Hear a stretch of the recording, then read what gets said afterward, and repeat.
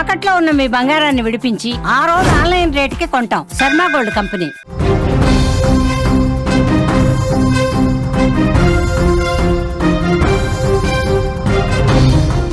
అమెరికాలో భారతీయుడి హత్యతో ప్రకంపనలు మొదలయ్యాయి. అమెరికాలో భారతీయుడి హత్యకు సంబంధించి డొనాల్డ్ ట్రంప్ రియాక్ట్ అయ్యారు. నిందితుడిపై ఫస్ట్ డిగ్రీ అభియోగాలతో విచారణ జరుగుతోంది. నాగమల్లయ్య కుటుంబానికి న్యాయం చేస్తామని ట్రంప్ చెప్పారు. నేర చరిత్ర ఉన్న వాళ్లను అనుమతించబోమని స్పష్టంగా చెప్పారు. అమెరికాను మళ్లీ సురక్షితం చేస్తామని ఆయన హామీ ఇచ్చారు. వలస రూల్స్ మరింత కఠినంగా మారబోతున్నట్టుగా ఒక సంకేతం కూడా పంపించారు. అమెరికాలో భారతీయ టెకీ చంద్ర నాగమల్లయ్య దారుణ హత్యతో వలస విధానాల మీద మళ్లీ చర్చ ఊపందుకుంది.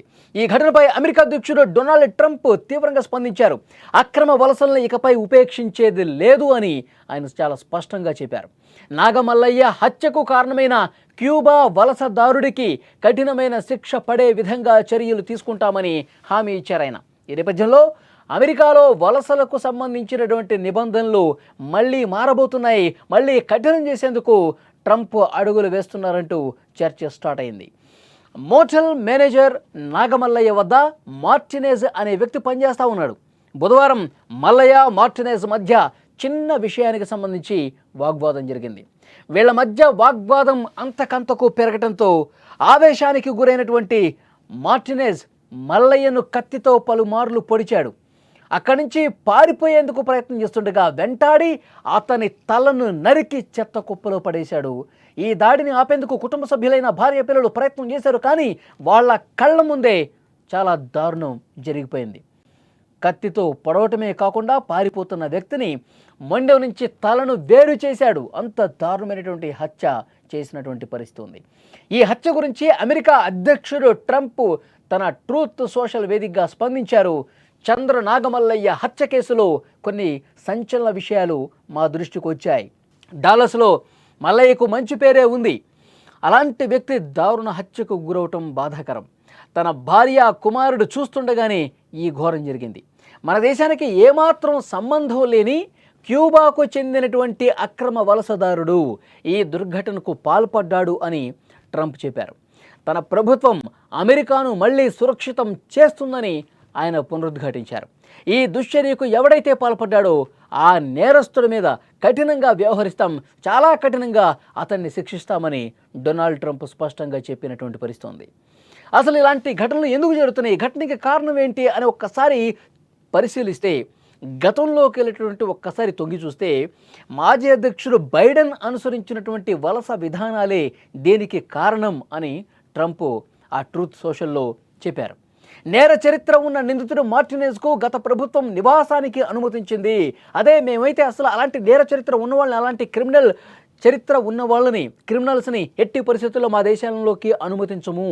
గత పాలకులు అనుసరించిన విధానాలు అంత లోపభూయిష్టంగా ఉండబట్టి ఇలాంటి వ్యక్తులు దేశంలోకి వస్తున్నారు, ఇలా విధంగా క్రైమ్ చేస్తూ ఉన్నారు, ఈ విధంగా నరికి చంపేంత దురాఘాతాలకు పాల్పడతా ఉన్నారు. దీనికి కారణం గత పాలకులు, బైడెన్ వలస విధానాలు అంటూ ఆయన చెప్పినటువంటి పరిస్థితి ఉంది. సో గతంలోనే ఈ మార్టినేజ్ అనే వ్యక్తి అరెస్ట్ అయ్యాడు.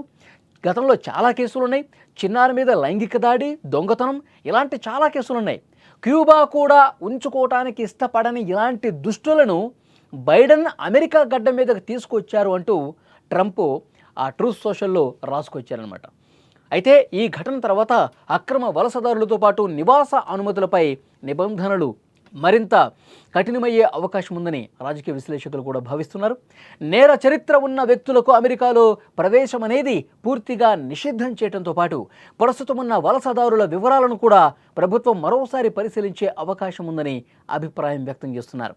నాగమల్లయ్య హత్యతో అమెరికాలో వలస విధానాలపై కొత్త చర్చ మొదలైందని చెప్పాలి. మళ్ళొకసారి రివైజ్ చేస్తూ ఉన్నారు. ఏవైతే ఇప్పటివరకు నిబంధనలు ఉన్నాయో, వలసలకు సంబంధించినటువంటి నిబంధనలు ఉన్నాయో వాటిని కఠినం చేయాలంటే ఇంకా ఎలాంటి నిబంధనలను పొందుపరచాలి, ఇలాంటి క్రిమినల్స్ దేశంలో అడుగు పెట్టకుండా ఉండాలంటే వాళ్ళ క్రైమ్ హిస్టరీ పూర్తిగా తెలిసే విధంగా ఎలాంటి చెకింగ్స్ చేయాల్సినటువంటి అవసరం ఉంది. వాళ్ళు తమ దేశంలోకి వస్తున్నాము అని ఎప్పుడైతే వాళ్ళు ఆ రాకకు సంబంధించినటువంటి దరఖాస్తు పెట్టుకుంటారో అప్పుడే వాళ్ళు అర్హులా కాదా తేల్చేటువంటి ఒక ప్రక్రియను కూడా అమెరికా ప్రారంభించింది. ఇలాంటి ఒక కొత్త నిబంధనలు కూడా డొనాల్డ్ ట్రంప్ తీసుకొచ్చే అవకాశం ఉన్నట్టు కనిపిస్తుంది. గతంలో బైడెన్ చాలా లోపభూయిష్టంగా ఇష్టం వచ్చినట్టుగా ఎవరిని పడితే వాళ్ళని అమెరికాలోకి క్రిమినల్స్ కావచ్చు, దొంగతనాలు చేసిన వాళ్ళు కావచ్చు, రేపులు చేసిన వాళ్ళు కావచ్చు, చిన్నపిల్లల మీదే లైంగిక దాడులకు పాల్పడినటువంటి ఇలాంటి క్రైమ్ హిస్టరీ ఉన్నటువంటి ఎంతోమంది క్రిమినల్స్కు అడ్డాగా అమెరికా ఈరోజు మారిపోయింది. అంటే ఇప్పుడు ఇలాంటి దారుణాలు జరుగుతున్నాయంటే గతంలో ఎప్పుడో గత పాలకులు చూసి చూడనట్లుగా వ్యవహరించి క్రిమినల్స్ను దేశంలోకి వదలటం వల్ల ఇప్పుడు ఆ పర్యవసనాలు మనం అనుభవించాల్సి వస్తుందంటూ డొనాల్డ్ ట్రంప్ చెప్తున్న పరిస్థితుంది. సో ఇలాంటివి ఇక మీదట జరగకూడదు అంటే మళ్ళొక్కసారి ఆ నిబంధనల్ని కఠినం చేయాల్సిన అవసరం ఉంది. సరికొత్త నిబంధనలు మళ్ళీ చేర్చాల్సిన అవసరం ఉంది. అమెరికాలోకి రావాలంటే వాళ్ళు రికార్డు, వాళ్ళ ట్రాక్ రికార్డు, వాళ్ళ గతం అంతా కూడా ఒక వైట్ పేపర్లా ఉండాలి.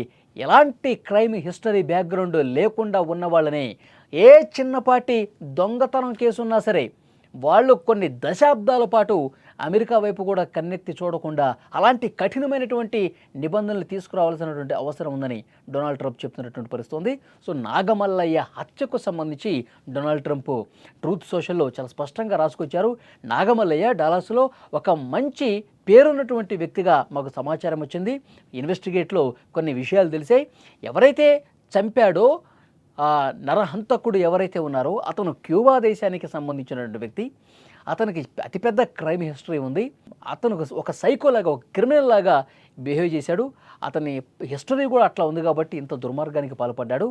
ఇలాంటి వ్యక్తులు దేశంలోకి రాకుండా ఉంటే ఇలాంటివి జరిగి ఉండేది కాదు కదా. కాబట్టి వలసలకి సంబంధించి మరిన్ని కొత్త కఠినమైనటువంటి నిబంధనల్ని తీసుకొస్తాం, ఇందులో ఏమాత్రం డౌట్ లేదని కూడా ఆయన రాసుకొచ్చిన పరిస్థితుంది. ఈ నిందితుడికి, ఈ మార్టినెజ్కి అత్యంత కఠినమైనటువంటి శిక్ష వేస్తాం. అట్ ద సేమ్ టైం ఆ భారతీయ కుటుంబం ఏదైతే ఉందో వాళ్ళకు కూడా న్యాయం చేస్తామని ట్రంప్ రాసుకొచ్చారు.